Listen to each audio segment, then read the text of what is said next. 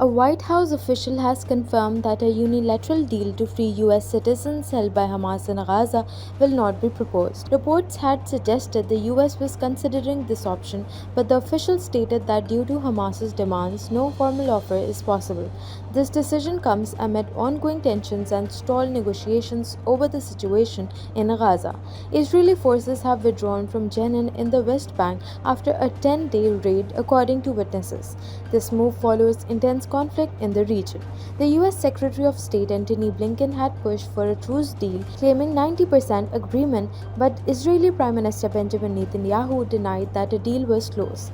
Meanwhile, negotiations between the U.S., Qatar, and Egypt continue, with disagreements over Israeli military presence and Hamas's demands for a complete withdrawal.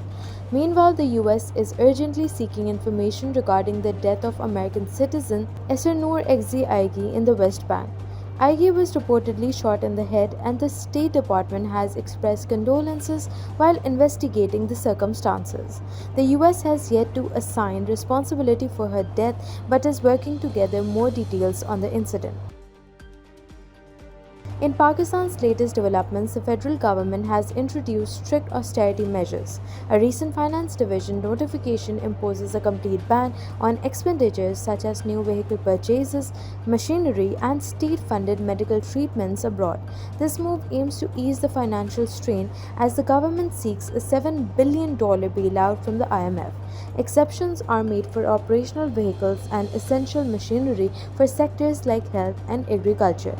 The government is also freezing new government posts and foreign medical treatment. The Pakistan Telecommunication Authority has vowed to ensure uninterrupted access for IT exporters amid an ongoing internet slowdown. The PTI has addressed concerns about internet throttling and clarified that this slowdown is due to submarine cable issues expected to be resolved by early October.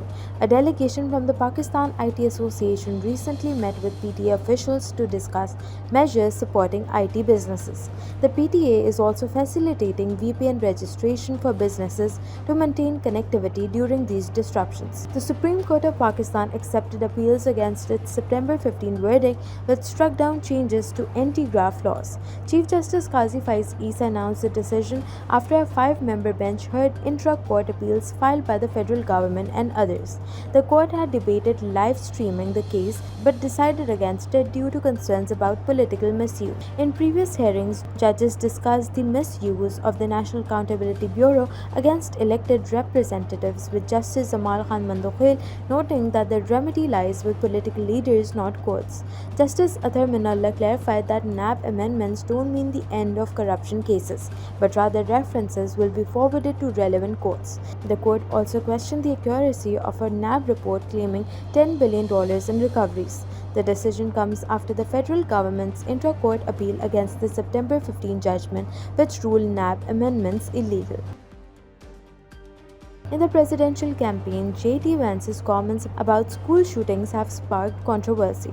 The Republican vice presidential nominee expressed regret that shootings have become a fact of life in America and called for increased school security without mentioning gun control. Vance's comments following the deadly shooting at Appalachian High School in Georgia sparked a political row. Democrats criticized his remarks as lacking empathy, while Republicans argued they were taken out of context.